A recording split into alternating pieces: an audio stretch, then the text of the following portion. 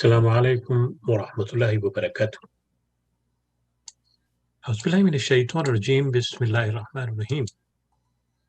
Ahmaduhu wa usalli ala rasulihil kareem khatamal anbiya'i wal mursaleen. Inna Allaha wa malaikatahu yusalluna ala nabi ya ayyuhallazina amanu sallu alayhi wa sallimu taslima.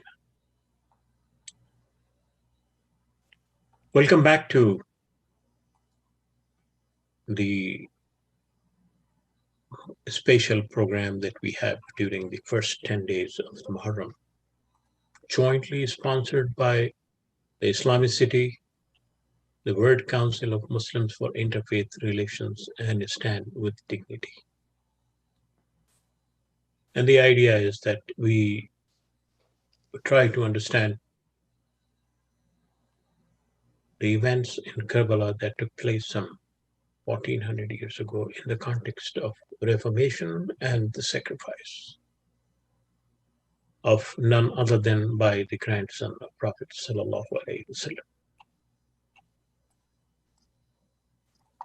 We've had discussion on what do we mean by sacrifice, what do we mean by reformation, and how should we see the interplay of both these factors in the actual world that we live in the context of the United States. We talked about the gender-related issues. We talked about issues pertaining to the race relations. We talked about the issues pertaining to poverty.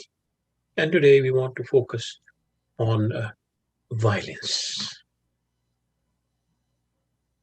Violence has always been a major issue in our world. In the last century, during the First and Second World Wars, we, the humans, who claim to be the most civilized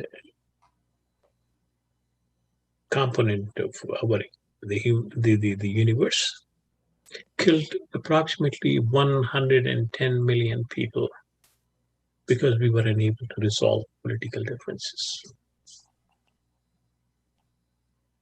Every year in our world, we kill 1.6 million people in violence. In the United States alone, from 1968 until 2020, we have killed more than 2 million people in violence coming from different, sectors of society. Wars have been going on. And what we call the rioting, strifes, conflicts have been taking the toll of individuals.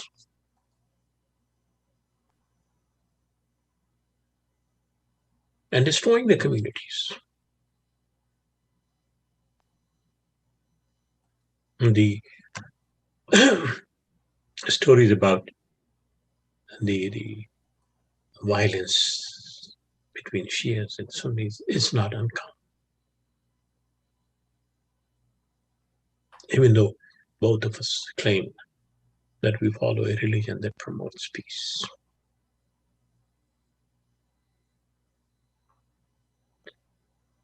The situation in other parts and other religions is almost the same. We had the long conflict between Catholics of Ireland and Protestants of Ireland. We had this Rwanda and then the tribal warfare. We have a war going on in Ethiopia and Eritrea now. We have violence going on in at least 40 different places in the world the moment we are talking about. Violence has been an integral part of our existence. And despite all that we have created in the form of the League of Nations, United Nations, or Organization of Islamic Conference, or NATO and many other kind of alliances that we have created, we have not been able to provide peace and security to our world. Every 7 years, we find that the United States is involved in some kind of war somewhere. And we just came out from Afghanistan after 20 years presence there, in which thousands and thousands of people were killed. So we would look at violence, and then we would try to understand the nature of violence that took place when the events of Karbala were taking place. Let's look at the issue of violence in a more impassionate manner. One cannot attribute a single factor or one person, one individual, and one behavior in the violence that we have witnessed in our world from the time immemorial. But we can identify at least 4 levels of violence. One is at the individual level, where we can look at the factors that can be measured through demography, through age, education, income, psychological or personality disorders, substance abuse, and the history of behavior, in terms of aggression and in terms of abuse. So that is an individual level. The other level is the relationship level. That how relationship with families, friends, intimate partners, and peers, and the people in general influence violent behavior by taking into account factors such as harsh physical punishment of children, lack of affection, bonding, family dysfunction, association with delinquent peers, and marital or parental conflicts. So that could be another level. The third is what we can say that the community context in which social relationships exist, such as schools, workplace, neighborhoods.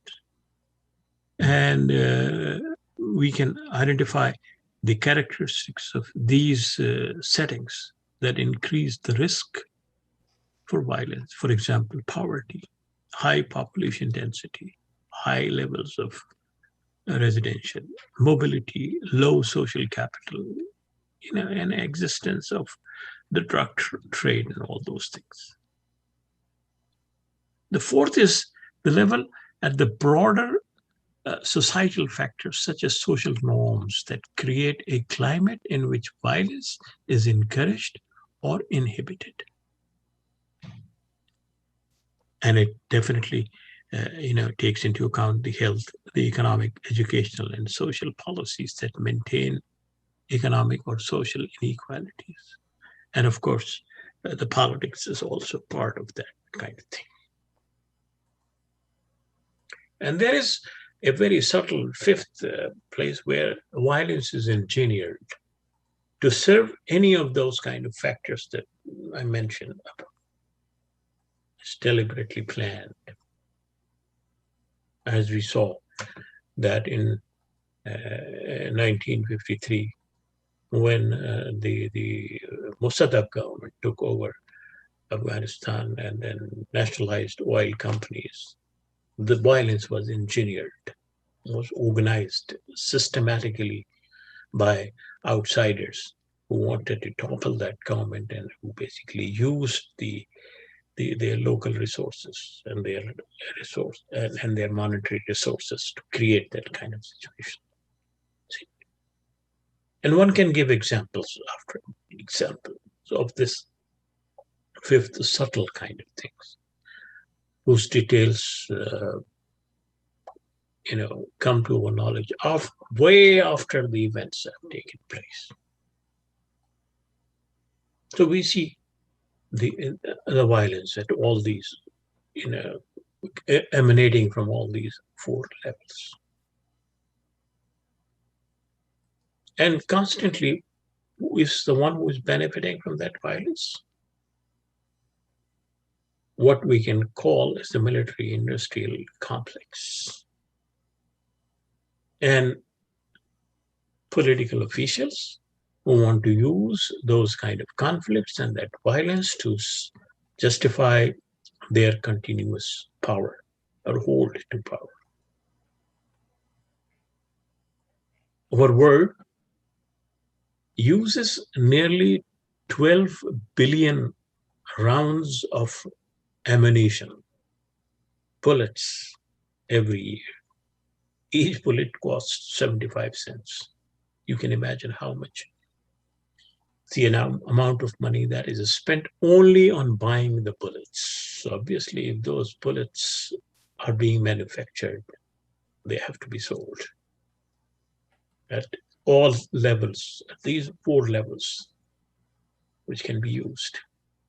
Much of the violence that I have referred to in the statistics that I have given does not come from use of weapons other than the one that use those kind of bullets, machine guns, pistols, rifles, and all those assault weapons, all those things.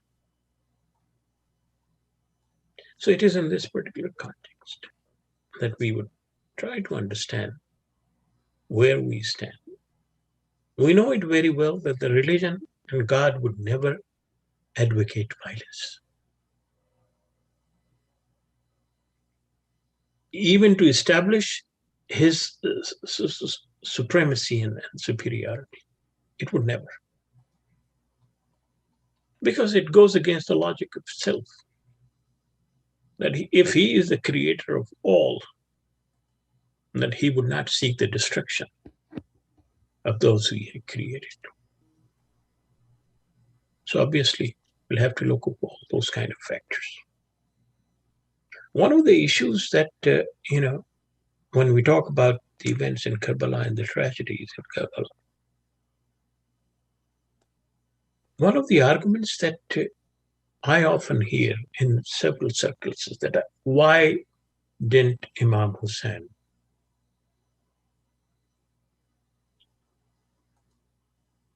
took the bay'ah when all others had taken the bay'ah?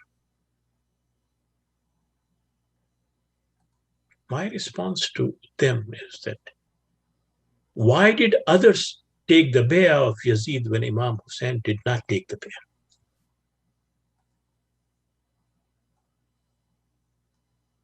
What was preventing those people to identify their loyalties with those ideas that were being carried by Imam Hussein? Why did they succumb to the pressure of Yazid and his infrastructure when Imam Hussein had taken his stand? Why there was this betrayal?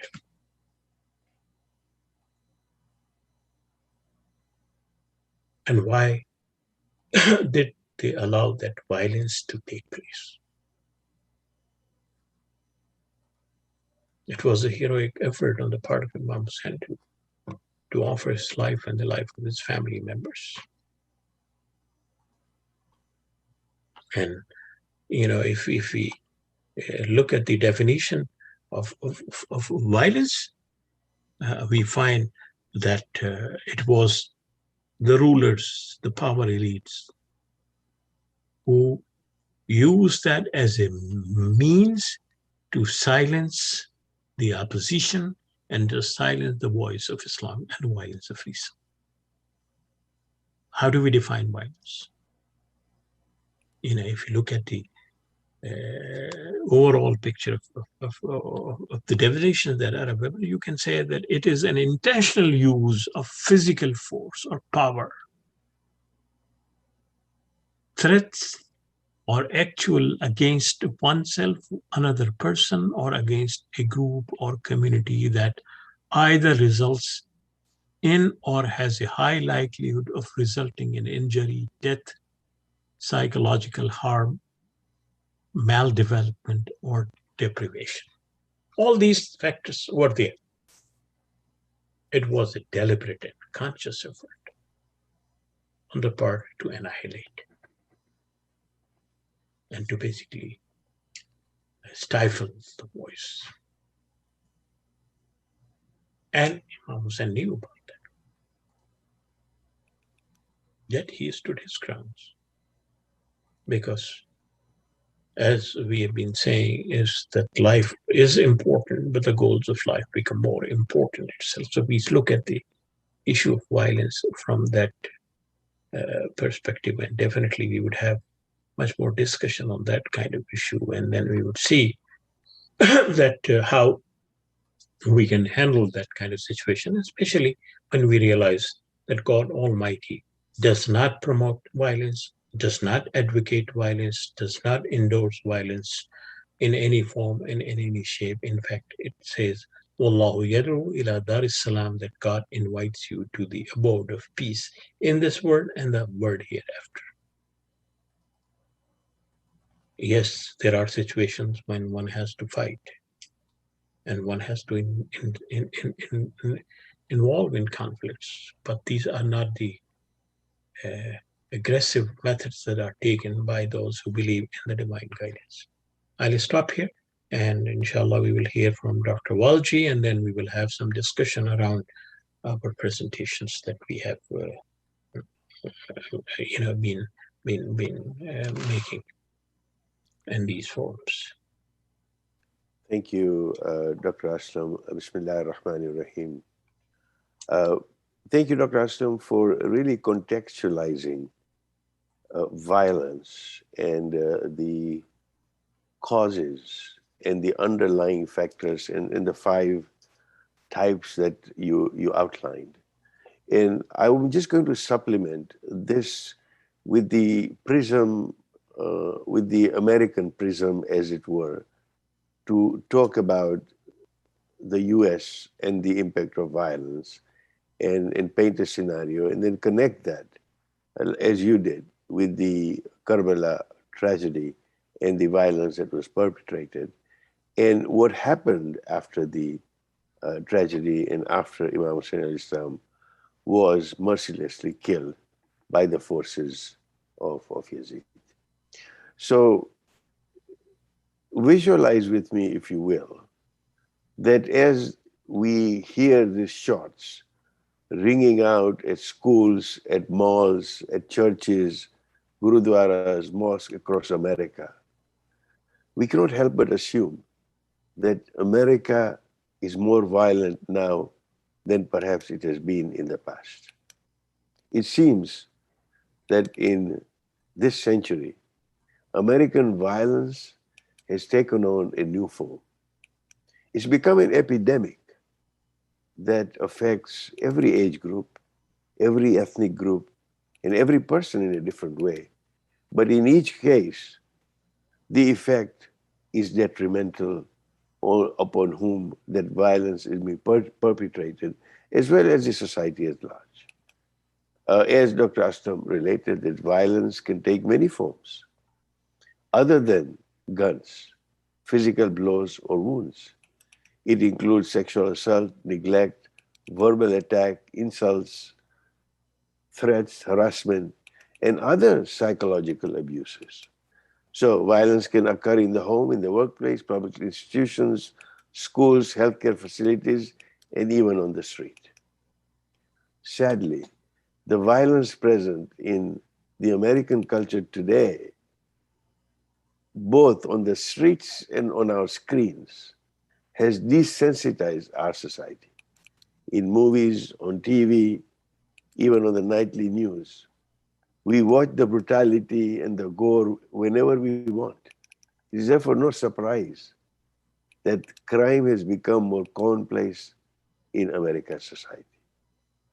And through the American history, yes, there have been times of increasing violence, as well as when violence seems to be on the decline. American society seems to be entering another rough period where we seem to be becoming more violent as we move into further into the 21st century.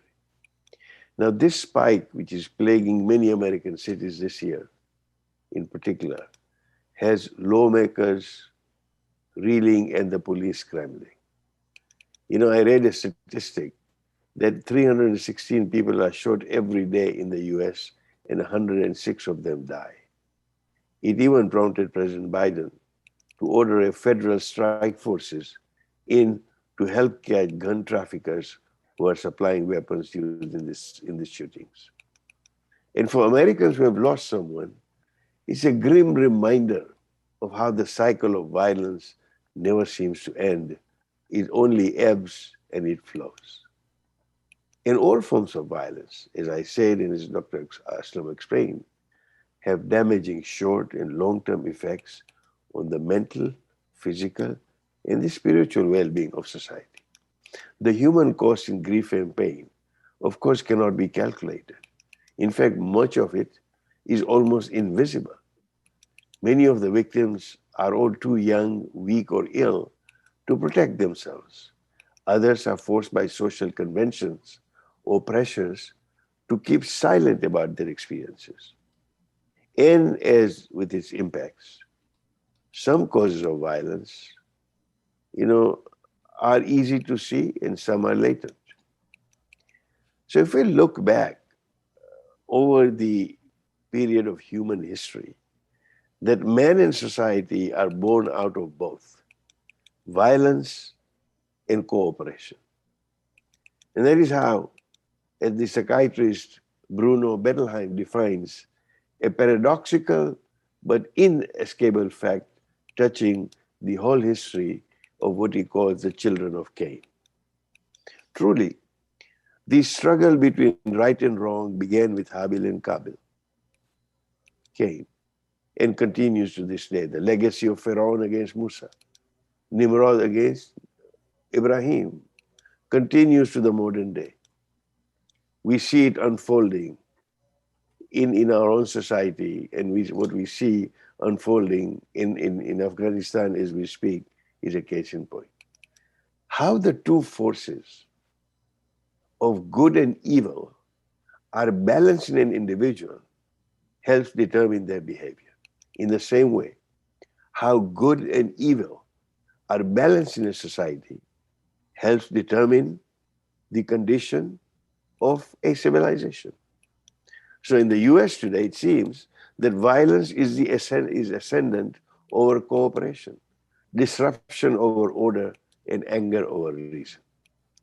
But this was a saying in 60 Hijrah in Karbala. Power was ascendant against principle, greed was ascendant over contentment, and might had become ascendant over right.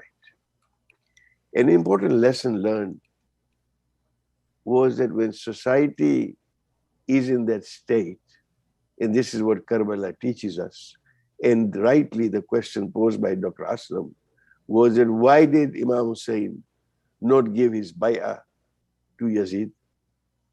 And why was it that others did not stand up with Imam Hussein? It is a question on the basis that when a society is in that state, someone has to stand up. As Edmund Burke is reported to have said, that the only thing necessary for triumph over evil is for good men to do nothing.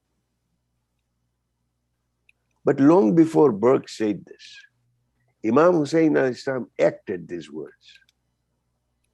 Closely studied, the tragedy of Karbala and the stand of Imam Hussein has many lessons in Islam, the Reformation, the subject that we began.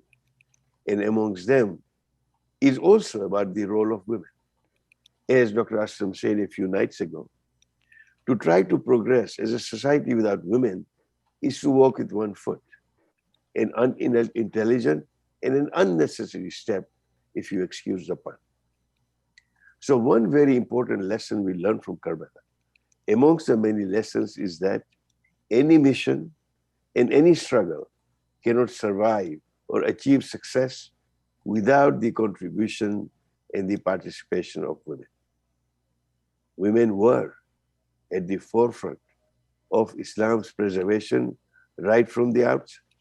As we see the history, I don't have time to go into the historical milestones. I'm sure that the viewers understand when I say that this was right at the outset. The history of Islam is the history of men and women together. This is in stark contrast to what the media and some of the Western think tanks try to portray and promote about Islam being anti-woman or the role of women being confined to the home. And we had a very spirited discussion a few nights ago in terms of how the equality and the equity of women and men is something that has been ordained by Allah subhanahu wa ta'ala. And that she has, that as if a woman has nothing to do with society or the ummah as a whole. Indeed, I would not be remiss if I said that the legacy of women is an enduring feature in Karbala. As we remember that, allow me to just look at the case study of one formidable woman who stood up, and her role in Karbala before the martyrdom of Imam Hussein and after the martyrdom. This was in the period before the day of Ashura. The dedication of Lady Zainab is very, very remarkable. But even more remarkable was her role after the martyrdom of Imam Hussein. Allow me to elaborate. Ali Shariati, a sociologist, had said that every revolution has two visages. The first visage is blood, and the second is a message. The second mission of martyrdom and the sacrifice in Karbala, the burden of bearing the message which is announced to the world is given to a woman whose courage is something to learn from. The great social justice movement and the sacrifice can only serve their purpose when people come to know about the stand and about the tragedy, and when they realize what actually occurred on the plains of Karbala and how these people killed Imam Hussein alayhi salam, would their consciences be stirred to do something about it. Therefore, the mission of Zainab was heavier and more difficult to bear, perhaps, than her brother's mission. Those who have the courage to select their own death have simply made a great choice, and it is a choice of giving their life. But the responsibility of those who remain is most difficult. The announcement of her brother's mission now rests solely on her shoulders. Naturally, they tried their best to hide from day one by introducing Imam Hussein as a rebel wanting to destabilize society. They portrayed him as someone who is hungry for power and who had no political experience or maturity, and actually made a wrong calculation on the account of the people of Kufa. So their purpose was to indoctrinate the minds of people so that they do not question or do not have sympathy for Hussein as a leader as well as a grandson of the Prophet, peace be upon him. Now, in this situation, it was an extremely difficult job to present this genuine message of truth of Karbala to the Ummah. We know that the mode of communications were not as we have today. It had to be done in a much more difficult way. Who carried this responsibility? It was none other than women of Karbala, led by Sayyidah Zainab, salamullahi alayhi. Against this backdrop, we see the ladies of Karbala with absolutely nothing in their hand, no power, no resources, and so much opposition that they were carrying such a huge trauma of losing their family members, their husbands, their brothers, their sons, and so on. And there stood Zainab. a descendant of the blessed Prophet, peace be upon him, who had just witnessed the brutal slaughter of her family and their supporters before the tyrant who ordered their deaths. The same tyrant now, in his court, further disrespects her brother, as Hussein had lay in front of him, and by mocking the head with his feet. Yet, despite everything she had just gone through, she showed great courage and strength. She held her head high up and powerfully denounced the tyrant Yazid before his subjects, and more importantly, before God. There are many speeches which people say reminded them of her father, Hazrat Ali alayhi salam. And in this particular haunting part of the speech, she said that I do not fear anyone except him, and do not complain to anyone else, and rely upon him alone. You may utilize your treachery, she said to Yazid. You may utilize your treachery, traps, and disloyalty, but I swear that the shame and the disgrace which you have earned by the treatment meted out to us cannot be eradicated. You shall never be able to wipe out our memories and inspiration from the midst, nor will you ever be able to wipe off the disgrace of these events. The fact that almost 1400 years ago, without fail, this event is commemorated year after year, never to be forgotten, is a testimony to what Sayyidah Zainab said on that day. So how is Zainab's 7th century legacy relate to a 21st century America? And I'll try and conclude on this. It's a legacy of Zainab that resonates with the traumatized people who have undergone violence. And it speaks to the traumatized because of her resoluteness in the face of the trauma. Because the trauma on the day of Ashura and before was perhaps the greatest of trauma that any human family would have faced.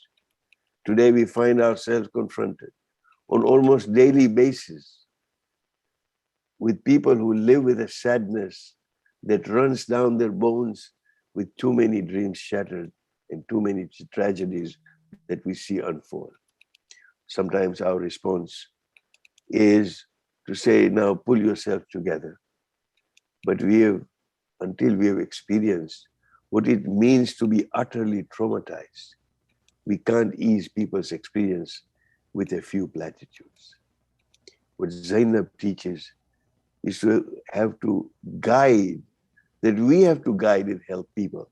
The way Lady Zainab shepherded the surviving members of the Ahlul Bayt after the martyrdom of Imam Hussein.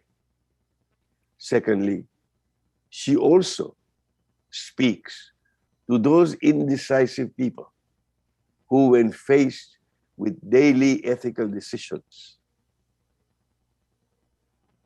are indecisive, do not stand up because they don't want to be unpopular, or they don't want to be in trouble, or that they just shy away for the stand of justice. The stand that Zainab takes before the two great tyrants of her day was much more than speaking truth to power. You know, this term being used to say that they spoke truth to power. Yes, she did. It was much more than speaking truth to power. It was about speaking the language of the universal truth. And that is the legacy of Zainab. And that is the role of women as exemplified by the women in Karbala. And that truly is an inspiration that we take as we commemorate these events, learn from the lessons, and apply it to 21st century America. With that, I will hand this back to Dr. Aslam for some more comments.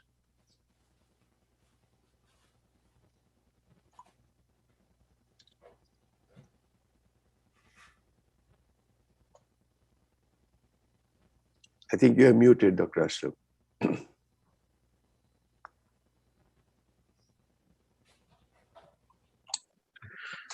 I think this is a message that we must remind of ourselves year after year, that how in these kind of conditions, women, you know, can play a revolutionary role in, in fighting when all their men are dead. And when a large number of the community is indifferent to their cries and to their woes. And I think the message that comes from what you have described is that if we are a conscious community that believes in the Quran and that believes in the leadership of the Prophet, then we should never let any woman, regardless of her religion and her faith, to be in that situation again. That is our responsibility as a faith, as a community. And we should look at the violence that has been going on in our world from that manner, that in what manner we can use the lessons of what happened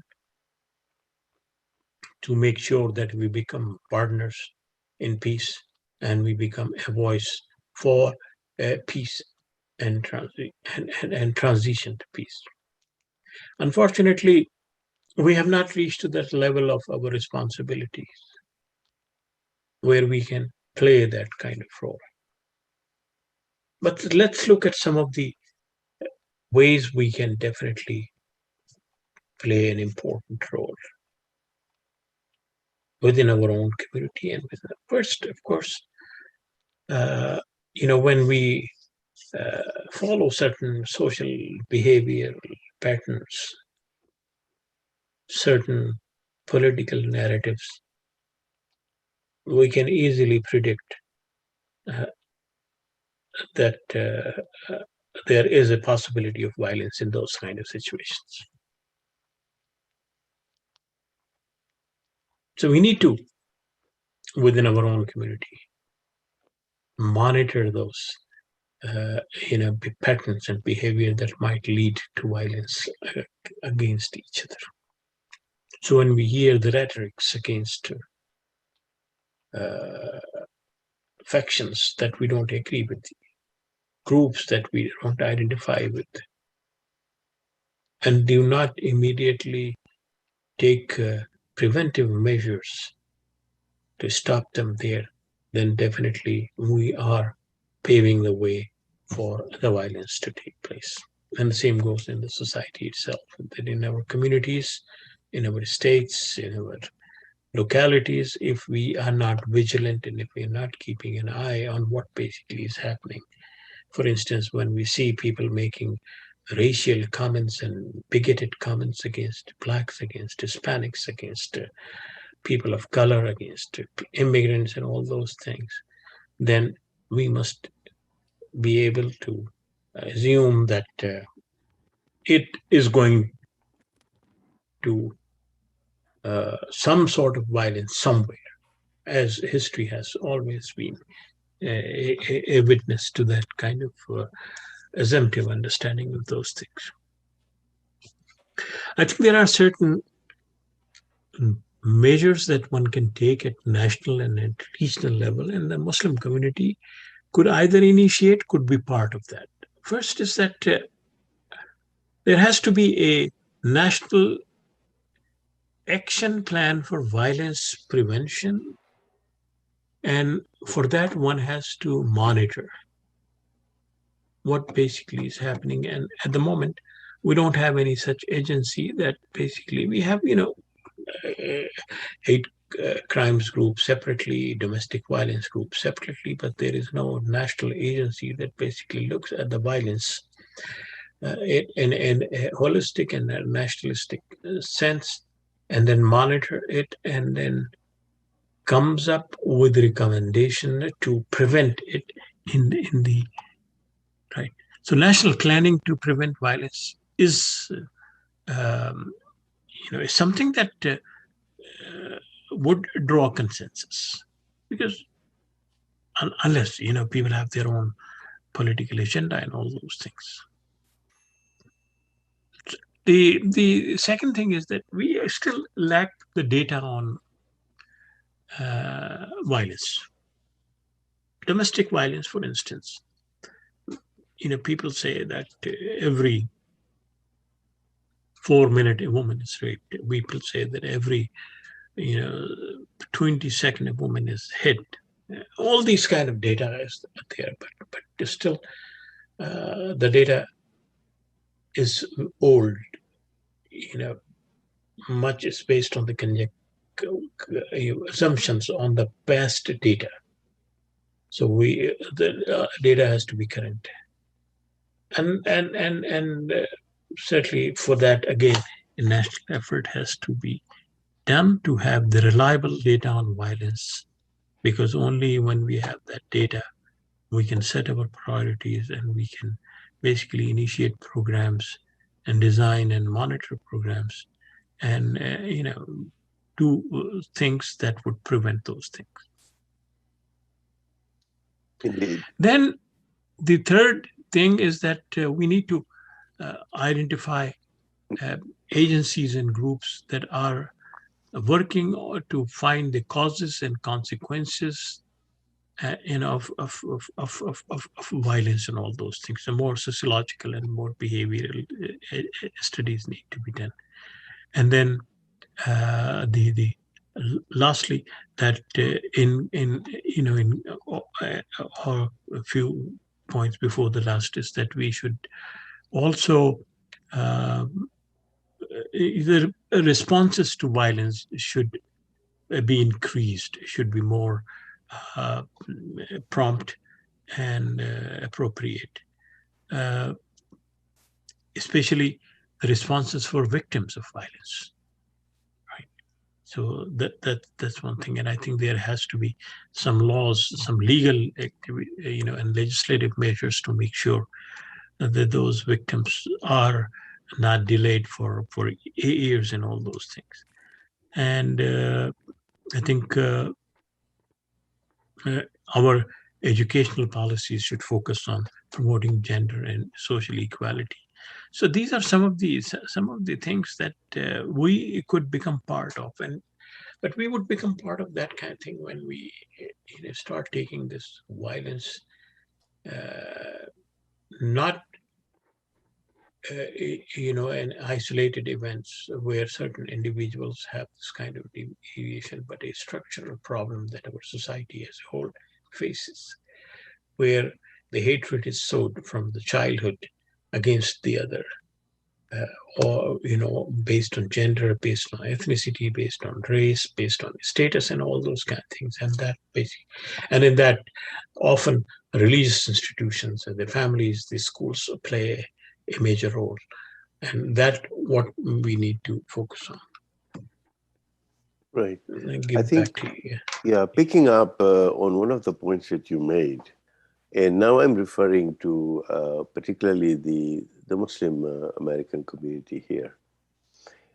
Domestic abuse is a huge issue in all communities, and because of the cultural norms, in many cases particularly within the South Asian community, the reporting of domestic abuse does not take place as much as it should. And there is no outlet, or there is no space for these women to actually go to and seek help. And it's almost like a stigma to try and go and seek help about domestic abuse. There's family pressures, and there is pressure even from some of the religious leaders.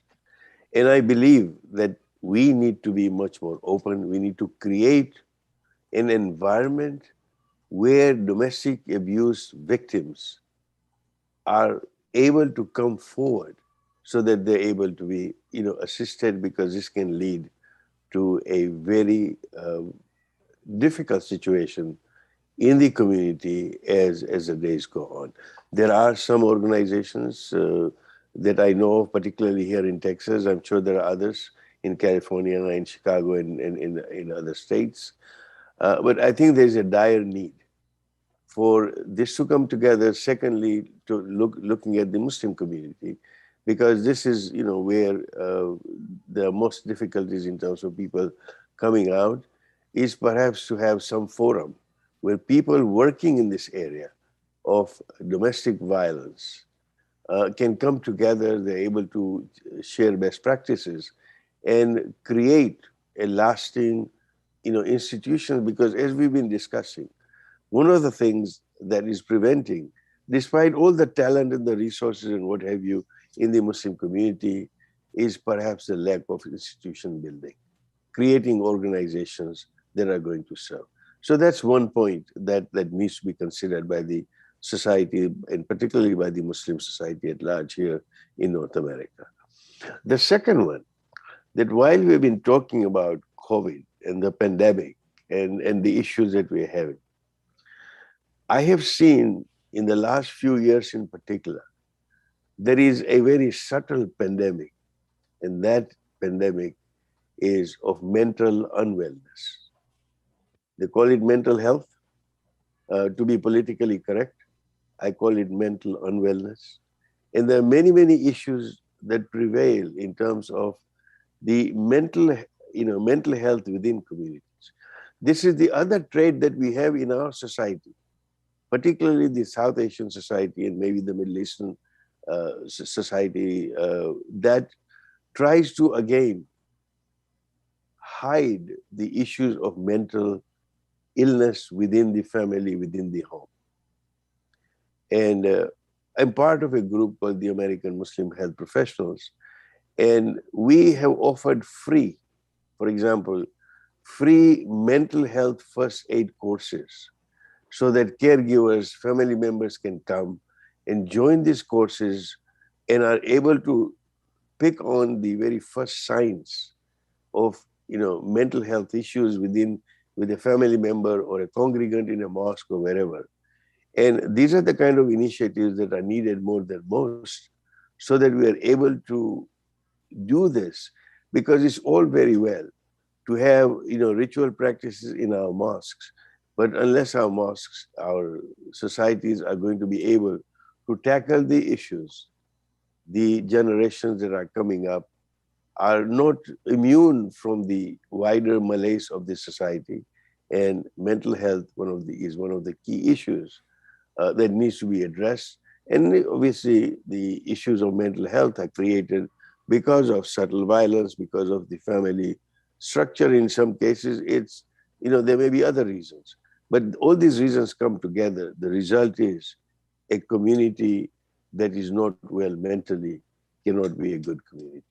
And that's something that we need to focus on. Back to you, Dr. Aslam.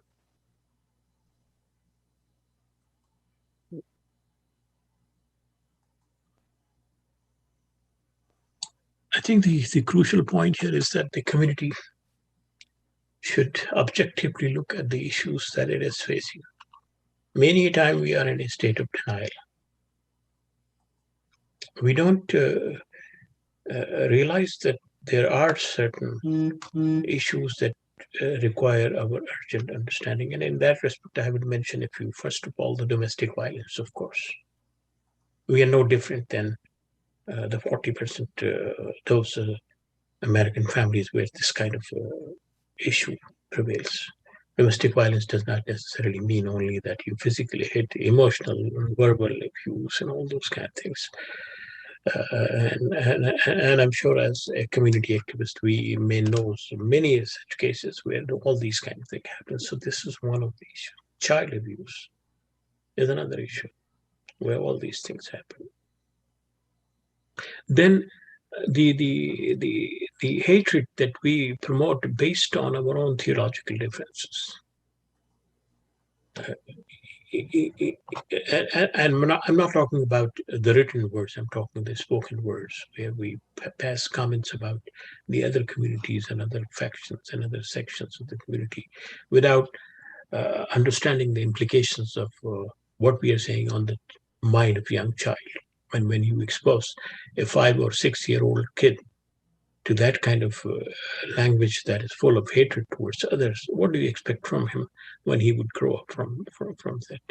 And when you come up with stories about the people deviant or not loyal to Islam, not so that is also something that promotes a kind of verbal or emotional violence against others and all those kind of things. And the same goes with the rest of the society, that if you have an attitude of negative perspectives of the society as a whole, and you see as that society, the American society, is a society that is composed of lewdness, that is composed of immoral behavior, and obviously you would have your own judgment towards that. So these are the issues that we need to basically look into. And then one of the issues that probably we need to incorporate in our own teachings and all those things is that, and I think this is something that I find within the Muslim curriculum missing. Neither the Shia curriculum nor the Sunni curriculum that we teach to our children focuses on developing an integral community, an integrated community. And that, of course, has its major problems.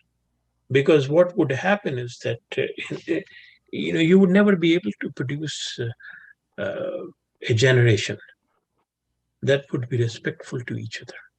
There would always be tensions. There would always be questions in the mind of both who have been exposed to this kind of sectarian understanding of the faith. There are certain common grounds that we can all agree. We can all agree on the sacrifice of Imam Hussein. We can all agree on the sacrifice of women of Karbala. We can all agree on the courageousness. We can all agree on their reference to the Quran, on their reference to the Sunnah of the Prophet. Our sources may be different, but still the main source is the same, that is the Prophet itself. So we would not be able to resolve all the issues, but we could at least give an understanding of each other's perspective with respect and with dignity. And that is what is lacking in our communities at this time. How many masajid have the educational program on Muharram? Only the Shia masajid. Why should it be? Is Imam Hussein only a Shia hero? Was he not the grandson of the Prophet sallallahu alaihi wasallam? Did he not believe in the Quran? Did he not promote those kind of ideals that the Prophet? So all those things we need to look at directly. And I think what we are doing is that we are basically deflating the spirit of Islam, which is universal, into a historical and sectarian kind of attitude. And that needs to be challenged.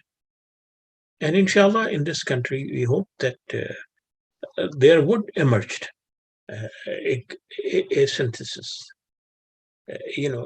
We can still retain our own identities and our own ideas about certain understanding and interpretation of the Quran, but we can always come together. And violence is one such issue that definitely we have to come together.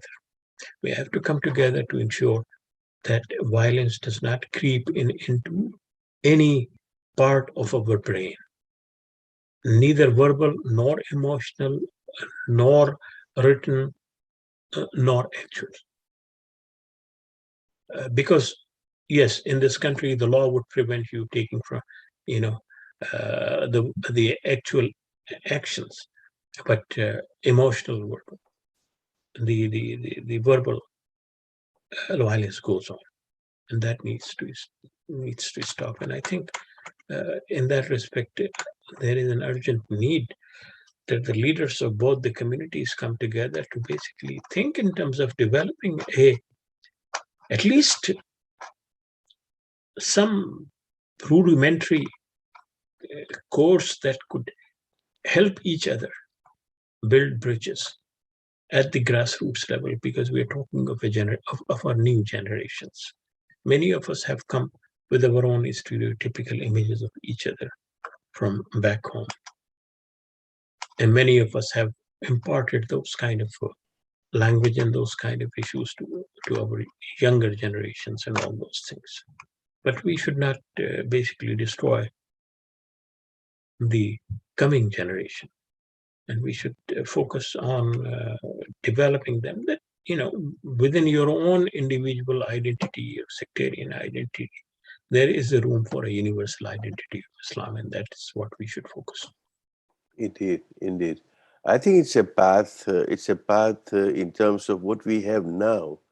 Is sometimes I find this a tacit tolerance of each other within the sort of sectarian divide. And I think to talk about tacit tolerance is not a good thing, because if I were to say that I tolerate you, Dr. Aslam, no, it's not a very good thing to say. Absolutely. Yeah. So the idea of that tolerance or the tacit tolerance that we have needs to convert into a space where, we have understanding. That if there was dialogue, if there was understanding, the step that understanding each other would give us would be a state then of mutual respect. And I believe that we need to go from tolerance to understanding to mutual respect, and ultimately resulting on what our Maker wants us to do is to help each other, to serve each other, and in order to do that, to love each other. And to actually have that emanating within a society, be it the Shia-Sunni divide, or be it the Muslim-Christian divide, or be it any other divide within humanity. I believe that that is the sort of universal value of truth and justice that can bring us about this, and we need to have those core values of empathy, of integrity, of compassion amongst us. And now these are big words, but this is something which is intrinsic in the human spirit. We can do it if there was an environment that was created, and if there are enough critical mass to be able to do it. And as we were discussing with Dr. Haq and others a few nights ago, that the upcoming generation has a lot of promise. They may not have the baggage that we may have carried, our peers would have carried with them wherever they may have come from. Growing up, born and bred in this part of the world gives them a particular, perhaps, advantage to be able to move on from what we call the tacit tolerance amongst each other towards a place where we can begin to understand each other. With that said, we've got a few more minutes, Dr. Aslam. Yeah, I think it's a very promissory note, but it all would depend on how we educate our younger generation, because the impressions that they would have at this tender age would stay for them for long, somewhere in the back of their mind, and it would come out in one way or the other, as the human psychology tells us. So somehow we have to work towards that curriculum that we teach in our schools, uh, and somehow the families need to be in tune with that curriculum, that we at least show respect, uh, more than tolerance, as you rightly put it, so that these generations could grow in the best possible manner. I mean, look at the contribution of Muslim scientists. Many of them were Shias, many of them were Sunnis. Yet we all take them as our common heritage. Nobody says that we should not accept a particular scholar or a scientist in high esteem because he happens to be a Shia or he happens to be a Sunni. So we need to reach to that point where we can develop that kind of confidence towards each other. So I think in the end, we would say that perhaps we have enough grounds and enough theological foundation for creating a peaceful environment and peaceful community vis-a-vis with others and within our own self. All we need to do is that be bold in terms of addressing issues and making our centers and our mosques more change-oriented, reformation-oriented, and more sacrifice-oriented in that particular context. We'll have the last word from you, and then please conclude it with the dua. Inshallah. Thank you. I think these conversations certainly help, and we hope that our viewers are able to also resonate with some of the messages that we are discussing here. It's really all to do with creating what we call, and the call is upon us, that on the one hand, Allah subhanahu wa ta'ala says, we have created you from the best of moles. And the second one is that we have created you as ummate wasata. So here Allah is talking about the individual as, ahsani taqweem, in the best of form. And there Allah subhanahu wa ta'ala is talking about ummate wasata, a nation most balanced. So if you have the best of forms in terms of the human beings and ummate wasata, which is the Muslim community, as it were, that's how we understand it, then there is hope that just as the drops of water would make waves together, alone they can do very little. And we need to build that critical mass to be able to bring about the Islah. And for that Islah, as we have been talking, it requires sacrifice. And really bringing that back to the spirit of Karbala, of Islah, of reform and sacrifice, is what is needed in every society. And each one of us will be asked on the day of judgment to say that we gave you the opportunities. What did you do with your time? So we pray to Allah subhanahu wa ta'ala that He gives us a tawfiq to be able to utilize the time that He has given us in the service of the community. We pray to Allah to give our community the blessing and the tawfiq to be able to increase the level of understanding and love so that we are able to better exist as a community. And we will end with Surah Al-Asr. Bismillahir Rahmanir Rahim. Wal-Asr. Inna al-insana lafi khusr. Illa alladhina amanu wa amilu salihat wa tawasaw bil haqqi wa tawasaw bis sabr. Sadaqallahu al-aliyyul azim.